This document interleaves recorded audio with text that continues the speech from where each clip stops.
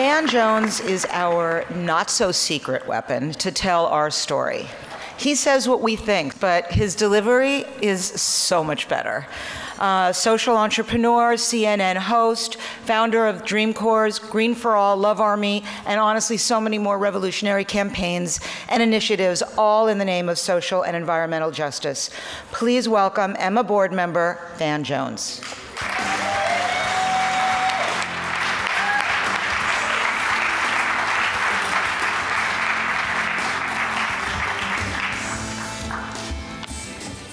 Hey, that's cool music. Steal that from my show. Well, first of all, I am glad to be here. I want to just be as honest as I can. We're all friends here. So I want to talk about the bad news and the good news. But the bad news first. You know, championships are won in the fourth quarter. It doesn't matter how well you start. It's when things get tough at the end. Can you adapt? Can you change your performance? Can you learn? And can you get better? Championships are won in the fourth quarter, and we're in the fourth quarter, and we're down. We're in the fourth quarter, and we're down. And so I want to just be as brutally honest as I can be about where I think we're off, so we can be more powerful as we try to get back on. First of all, you can't talk about the climate and the climate crisis without talking about the political climate and the crisis in the political climate. And this is a nonpartisan gathering, and my points aren't about Democrats or Republicans. The people who really want change in the country, who want to see us clean up and green up, who want to see people going to work every day, being able to take care of their kids without poisoning the planet, without polluting the skies. Those people, the people who want that kind of change, whether Democrats or Republicans, are in real danger right now of being distracted from the hard work that needs to be done by a fairy tale, by a fantasy, by a complete distraction of our own making. I want to say this very, very clearly.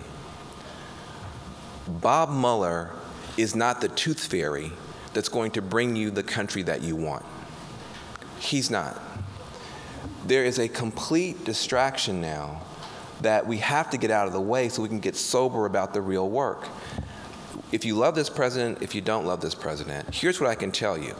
He is going to be there for a while. He's going to be there for a while. Here's why I can tell you that for sure. First of all, we are almost 250 years old as a country, almost a quarter of a millennium. We've impeached 2 presidents in the entire history of the country and removed 0. We've never removed a president, ever. Because you can impeach a president all you want. Bill Clinton was impeached, but he wasn't removed from office. Johnson was impeached in the 1800s, wasn't removed from office. It's not about the impeachment, it's about the removal. And it takes 3/4 of the Senate to remove a president. You don't have 3/4 of the senators who agree that they're all senators. Okay? So this entire thing doesn't make sense. It turns out in a democracy, and listen, you can trust me, I have a very sophisticated theory about this. I went to Yale Law School. I've taught this stuff at Princeton. I work for President Obama. I have hang with me, this is very sophisticated stuff. If you want to have a democracy work, you have to win elections. That's what you have to do. You have to win elections. Praying for the impeachment fairy to give you the country that you want is a terrible strategy. And yet, if you look at your Facebook feed, and you look at your Instagram feed, and you look at your Twitter feed, I guarantee you, you have more talk and more tweets about porn stars than the fact this is a midterm election, and maybe the most important midterm election of your life. Because a fantasy has taken over the otherwise good thinking of people who know better. You got to win elections. You got to win elections.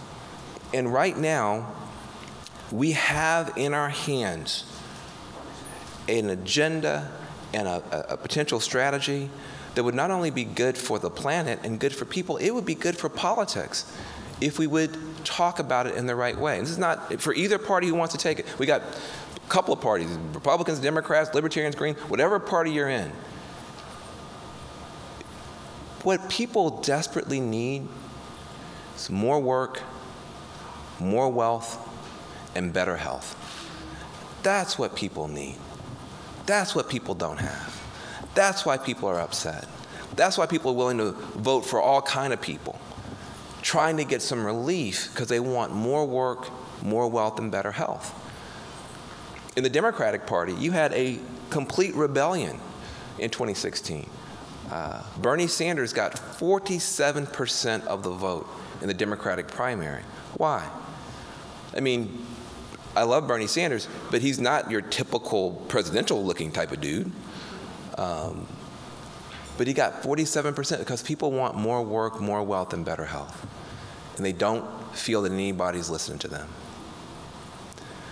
Republican Party, they had a rebellion too. And the rebel actually won the election, won the nomination and the election. And he's in the White House right now.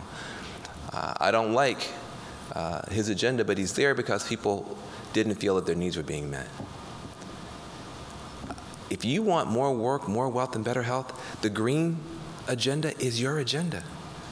You can get more work, more wealth, and better health going along with an ecological revolution that would put up solar panels, that would put up wind turbines, that would retrofit every building, that would let us grow organic food locally. The green agenda is an economic solution, but we don't talk about it that way. And because we don't, people literally think that we are some bizarre elitists who like, kale more than we like them.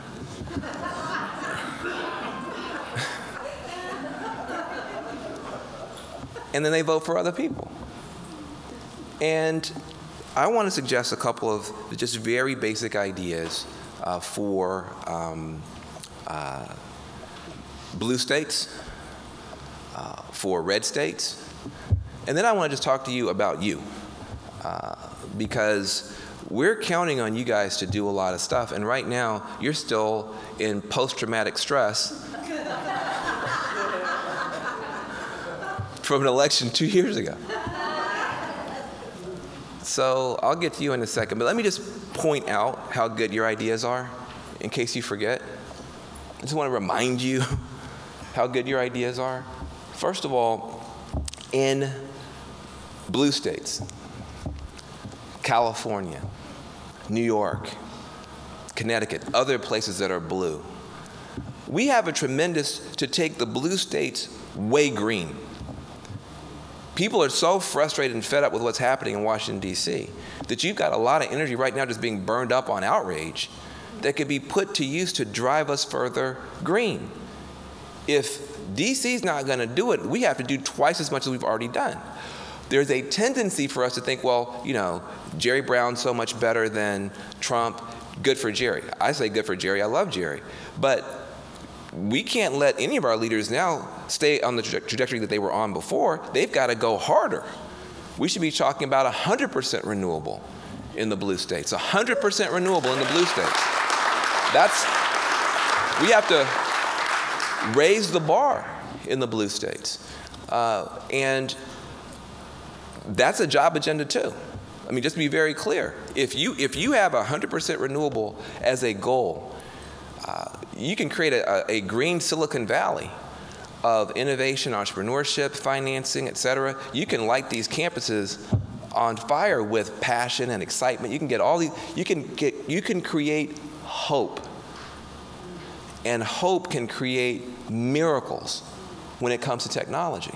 That is completely doable in the blue states. Instead, we talk about porn stars all the time. It's the dumbest strategy I've seen liberals take on at the worst possible time. We know he sucks. I didn't say who, so I'm still nonpartisan. But we know somebody sucks. What are we going to do about it? That's what people want to hear. What are we going to do about it? Can we show in our states, in our cities, in our tribes, in our counties, on our campuses, in our companies, that we've got a much better way? And can we prove it? And can we have working class people and ordinary people and women and people of color and young people standing up and saying, my life is better because of this? That's how you win. You know, you can sit up here and let the other side, trigger you all day long. But when you show up triggered, you're not effective. When you show up passionate with solutions and people whose lives are better, that becomes a party everybody wants to go to. No matter, which side of the aisle you're on. That looks like a fun place to be. And we can do that right now and should be doing it. Counter-argument's one thing. Counter-example. Counter-example. That's what we should be doing. In particular, I'm a part of an organization called Green for All. And Green for All has been doing extraordinary work, especially in the transportation sector. Now that sounds super boring. As soon as I said it, the head just fell off. I said, he was doing pretty well. Then he said transportation sector, and I woke up 20 minutes later. But this is exciting stuff, man. If you think about this, if you live in a community that's impacted by poverty, impacted by excessive incarceration, impacted by pollution, you got diesel trucks sitting there idling, giving your kids asthma. You got city buses coming by, they're bringing you transportation help, but they're leaving behind pollution. They're leaving behind asthma. They're leaving behind respiratory ailments. You've got a problem. Even the stuff that the city's sitting into your community to help you is hurting you. Now think, what if you had an all-electric bus fleet? What if you, and what if you got the best financiers in the world to figure out how to pay for it? Because the cost savings on the back end, in terms of fuel costs, health costs, can you capture those to pay for it? What if you had that conversation going on? Where you're going to have a clean fleet in all these poor communities and put people to work building those buses, making those smart batteries, bring in the financial sector. We shouldn't always be, as progressives, bashing Wall Street. There's a lot of bad people on Wall Street, but I tell you what, I can't do basic math. So if you want me to finance these solutions, you're in deep doo-doo, okay? We need everybody to be a part of this thing. We sometimes get on this thing where it's like, well, if you're this color, if you're this gender, if you're from then it's almost like some kind of weird pecking order, as if if you could only just boil the movement down to just like I don't know, left-handed lesbians of color, I don't know, like some really pure group, then we could solve all the problems. And that could be true, but I don't think so. And I think our agenda, because it's solution-oriented, can also be bridge building. See, when you're trying to solve a problem, you need more friends and fewer enemies. You're trying to blame somebody, you can make all the enemies you want to. When you're trying to help somebody, you want everybody to come running. And that's another thing that's key to who you are. You are inherently about an ecosystem, ecological health. Let's get everything moving in a positive direction. So we don't have to, listen, you got bad people on Wall Street, they should go to jail like everybody else and then get like yoga in jail. Get kale in jail. And then come out transformed, See? But that's not necessarily the best thing for us to be talking about all the time. It's like how mad we are at the people, in that part of the world. We need everybody. So you've got an inherently job-creating, wealth-generating, health-building, solution-oriented, bridge-building set of solutions, and a moment where everything's negative, everything's divisive, we're mad at each other. So you've got power, healing power in your hand. You say, yeah, but what about those other people? Those terrible other people. Now, I spent a lot of time in counties that went for Donald Trump.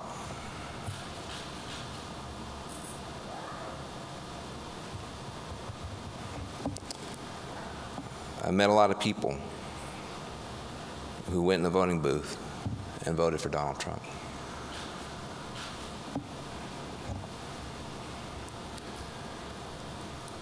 Good people, smart people, caring people, family people who voted for Donald Trump.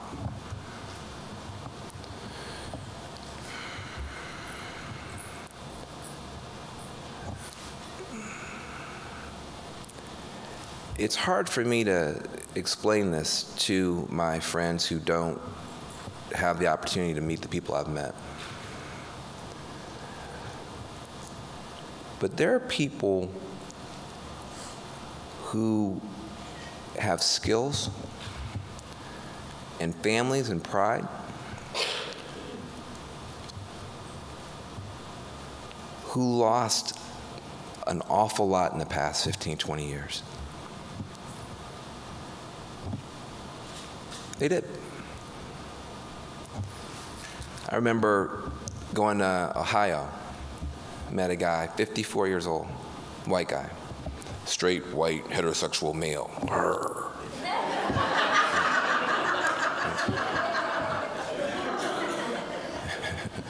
Hashtag enemy, right? So,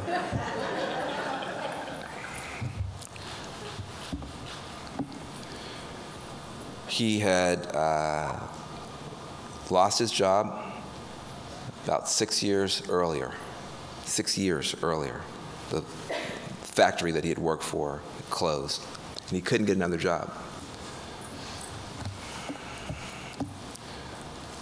He stopped going to church because he felt ashamed by the way people looked at him.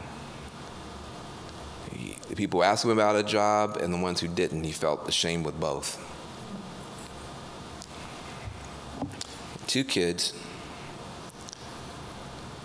One was on opioids, got hooked on pills. And in that town, like many towns, and we don't talk about this enough, Brother Blitz,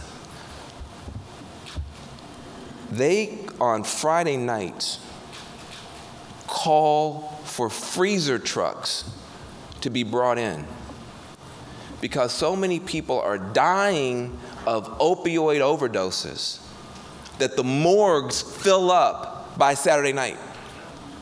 And they have to take freezer trucks that carry hamburger meat and put the bodies in there on Sunday so that on Monday they can get the bodies out of the county. This is happening all across the country.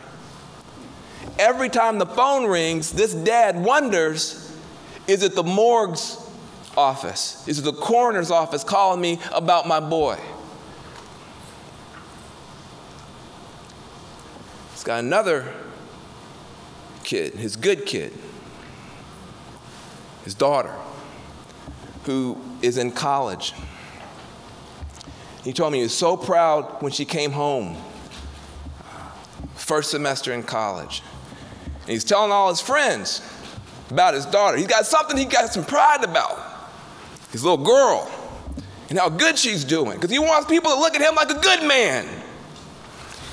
Talk about his daughter, brag on his daughter. She gets home with the phone ringing.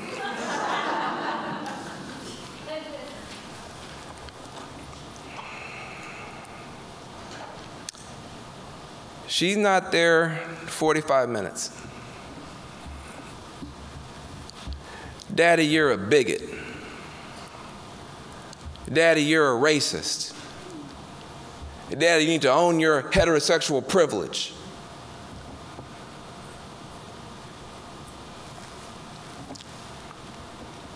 I don't know what he said. He probably shouldn't have said it. But does anybody give a damn about me? I'm trying, doing the best I know to do.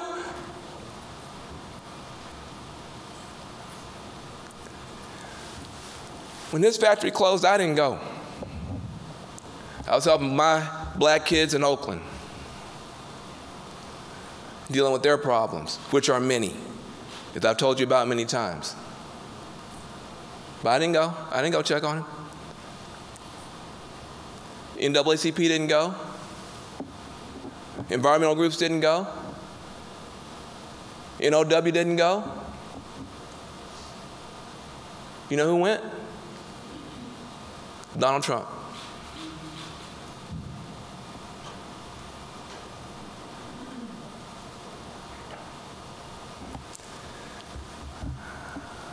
I have a hard time now. I don't fit in anywhere. Funerals are funerals, man.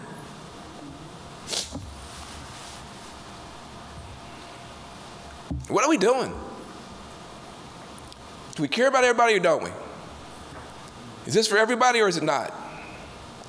If this is to make us feel better and we're superior and these other people are stupid, and if they'd only listen to NPR, then they'd be worthy. If that's what it is, then guess what?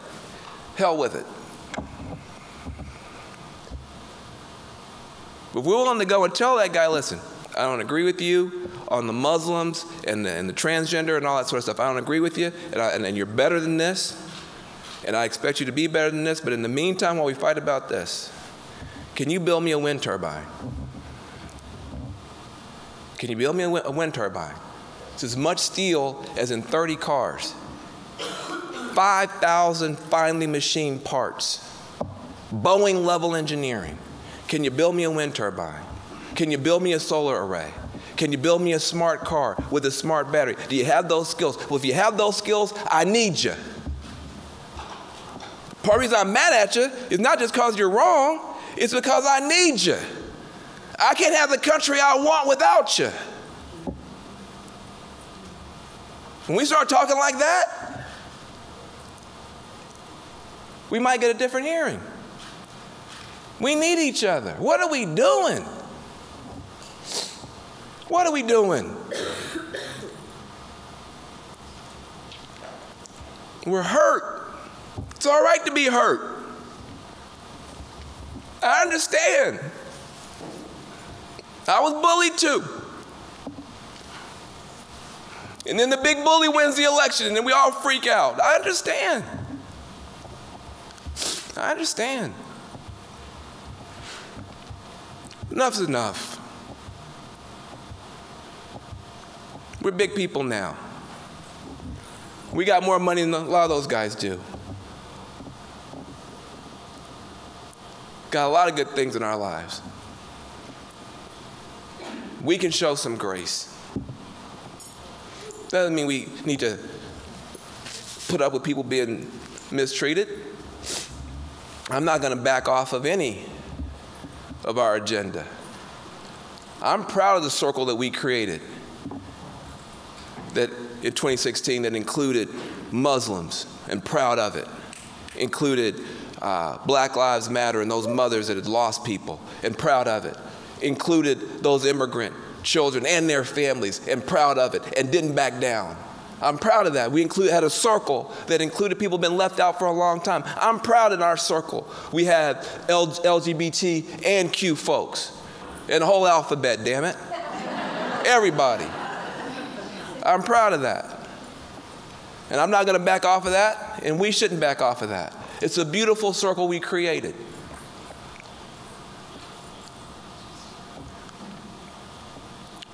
But I think it's okay to admit that we may have drawn that circle just a little bit too small this last time. Just a little bit. There may have been some people out there hurting who they didn't think that we cared about them. You can't be mad at these young lost kids who join gangs if we aren't out there giving them something else to do. Or who join extremist groups, jihadist groups, if we aren't out there giving them something else to do. Or who join racist groups if we don't give them something else to do. If we're not out there fighting for them and saying we need you and we want you and we've got something for you that'll make your life better, If we aren't out there making the case, don't be mad at the people who are. Be mad at the people who are. It's time for us to step up, man. It's fourth quarter. It's fourth quarter.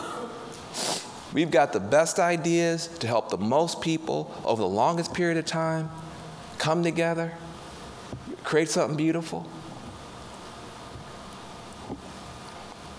And it's our fears and our insecurities and our unhealed hurts that are now the biggest obstacle.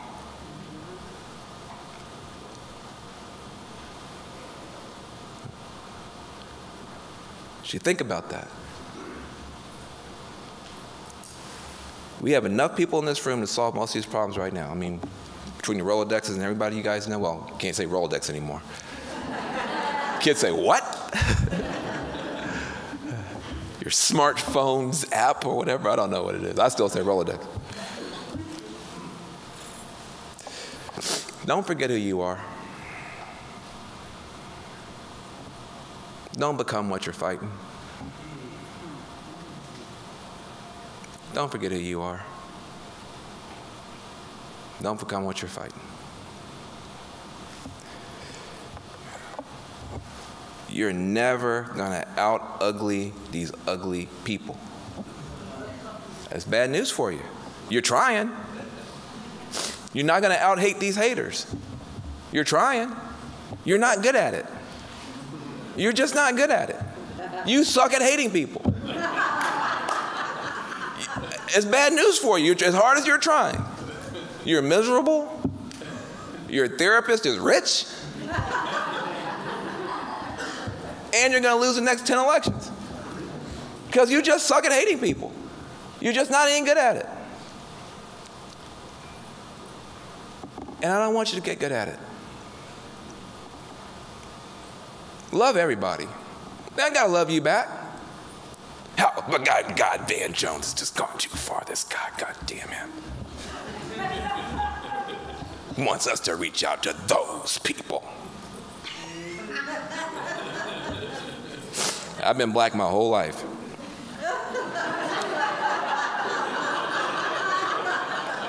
When somebody starts talking about those people and these people, I get very uncomfortable. That's dehumanization.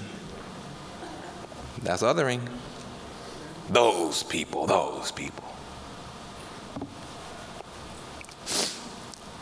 I don't need you to love me, because I love me. I love me. And that's my greatest achievement. That's my greatest achievement. It wasn't easy. It was hard for me to love me. It's much easier for me to hate you than love me. But I did it. I'm proud of myself. I did it. So you don't gotta love me. I love me. And I love me enough to love you too. And if I keep on loving you, at some point you're gonna love you. And if you love you enough, at some point you just might love me back. That's gotta be our agenda. That's gotta be our approach. It'd be one thing if you're just loving people with no answer, loving people with no solution, loving people with no job, loving people with no ability to take that asthma inhaler out their baby's pocket. You can take the asthma inhaler out their baby's pocket, and you want to say, you suck, vote for me. What kind of strategy is that? What kind of strategy? You suck, you're a bigot, you're a sexist, you're a horrible person, now vote for me. That's not a good slogan. It's not. You've got something so beautiful and so amazing and so powerful and so potent and so needed and so necessary that the Trump voters and the Black Lives Matter kids should both be running in here. And they will when we love ourselves enough to love them first. Thank you very much.